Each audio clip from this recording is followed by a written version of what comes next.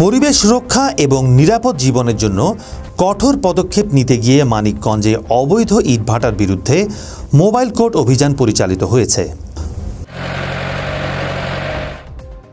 গত রবিবার বিকালে পরিবেশ অধিদপ্তরের নির্বাহী ম্যাজিস্ট্রেট ফয়জুন্নেসা আক্তারের নেতৃত্বে এই অভিযানে অবৈধ ইটভাটাগুলোর বিরুদ্ধে পৃথক জরিমানা ও একাংশ গুড়িয়ে দেওয়া হয়েছে।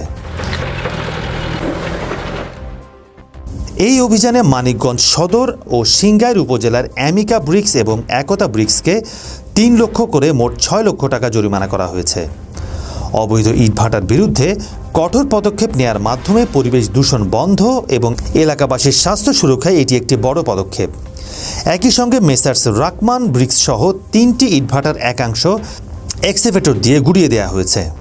যেগুলো অবৈধ ইটভাটা ছিল, আমরা জেলা প্রশাসনের নেতৃত্বে সবগুলো ইটভাটাতেই সতর্কতামূলক মোবাইল কোর্ট পরিচালনা করেছি। আমাদের এই সতর্কতাগুলো অমান্য করে যারা পুনরায় ইটভাটার কার্যক্রম চালু রেখেছেন, আমরা তাদেরকে পুনরায় সেগুলোর ক্ষেত্রে মোবাইল কোর্ট পরিচালনা করতেছি। এই ধরনের অভিযান অব্যাহত থাকবে বলে পরিবেশ অধিদপ্তর জানিয়েছে। কর্মকর্তারা বলেছেন, এই ধরনের অবৈধ কার্যকলাপ পরিবেশের জন্য অত্যন্ত হানিকর। এই অভিযান চলবে এবং যে কোনো ইটভাটা যদি আইন ভঙ্গ করে তাদের বিরুদ্ধে কঠোর ব্যবস্থা নেওয়া হবে।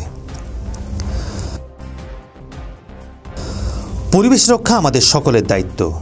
সামাজিক যোগাযোগ মাধ্যমে এই ধরনের উদ্যোগের প্রসার ঘটাতে সচেতনতা বৃদ্ধি করা অত্যন্ত জরুরি। আর সেই কারণেই নাগরিকদের আহ্বান জানানো হয়েছে যেন তারা অবৈধ ইটভাটা সম্পর্কিত তথ্য প্রশাসনকে সরবরাহ করেন। দেখছিলেন মানিকগঞ্জ থেকে মাহবুব আলম তুষারের রিপোর্ট।